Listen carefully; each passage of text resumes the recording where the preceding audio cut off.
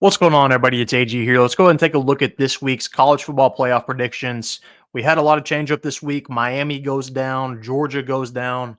It looks like we're headed for a scenario where there's probably going to be a logjam in the SEC with a bunch of two-loss teams tied for second place, which is going to kind of create some chaos here as far as who's going to get in, who's going to get out. And it's also looking likely that we're probably going to get one team from the Big 12 and the ACC, and then probably four teams from the Big 10, five teams from the SEC. Now, that could be up or down. We'll talk about that here in a minute. You could see the Big 10 slip into three teams and then six teams in the SEC, but I don't think that's what we want to happen as far as the playoff committee is concerned. So let's go ahead and get into it. I've got the first four out, then we'll get to the 12. So I've pretty much laid out how their seasons are going to go from my prediction perspective, and then let's go ahead and talk about it. First off, we'll start at the bottom. So this is number 16, Washington State, one loss versus Boise State.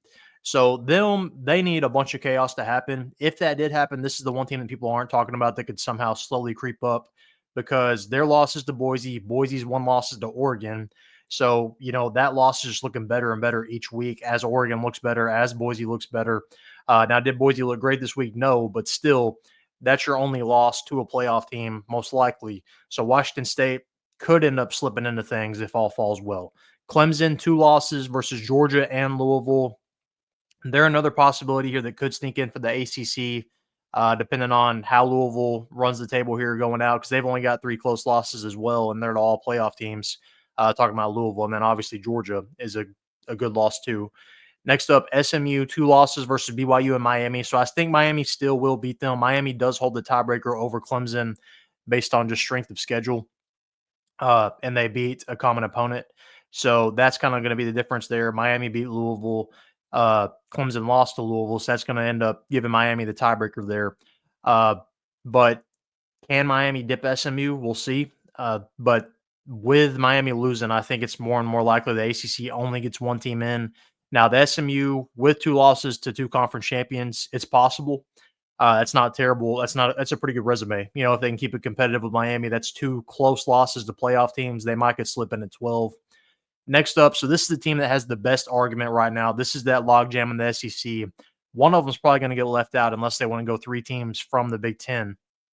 So Indiana, if they can't keep it competitive with Ohio State, let's say Ohio State just wipes the floor with Indiana, I think Ole Miss slips in here and gets in that 12th spot or 11th spot, whatever. But their two losses aren't pretty, but they do have a win over Georgia on their belt. That's definitely a better win than anybody Indiana has played so far to this point. Now, if Indiana wins against Ohio State, it won't matter.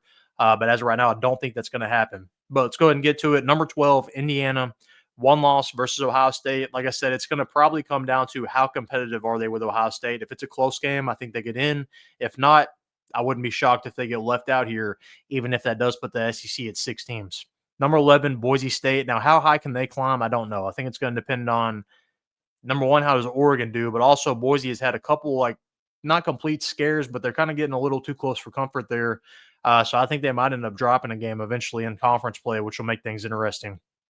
And then moving on, number 10. So 10 through 8, you could put them any which way because, like I said, we're going to have a logjam for second in the SEC if all falls right. And what I think is going to happen, let's say Tennessee loses to Georgia this week, and then, A&M and Texas play at the end of the year. Let's say Texas beats A&M.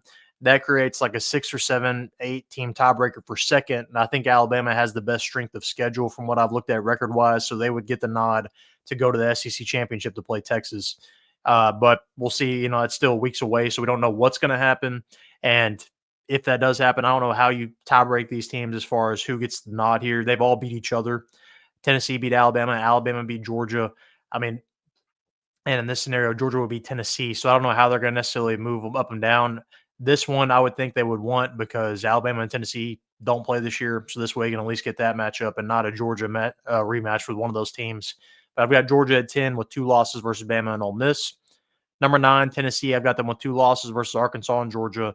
And then Bama, 3 losses, that being the Texas Vandy, and then the SEC Championship to Texas. Number 7, I've got Notre Dame. They've got the one loss to Northern Illinois. How high can they climb? I think it's going to depend on what happens with everybody else, but that loss is probably going to hold them back just a little bit. But if they can win out, they're in the playoff regardless. Number 6, Penn State, one loss versus Ohio State.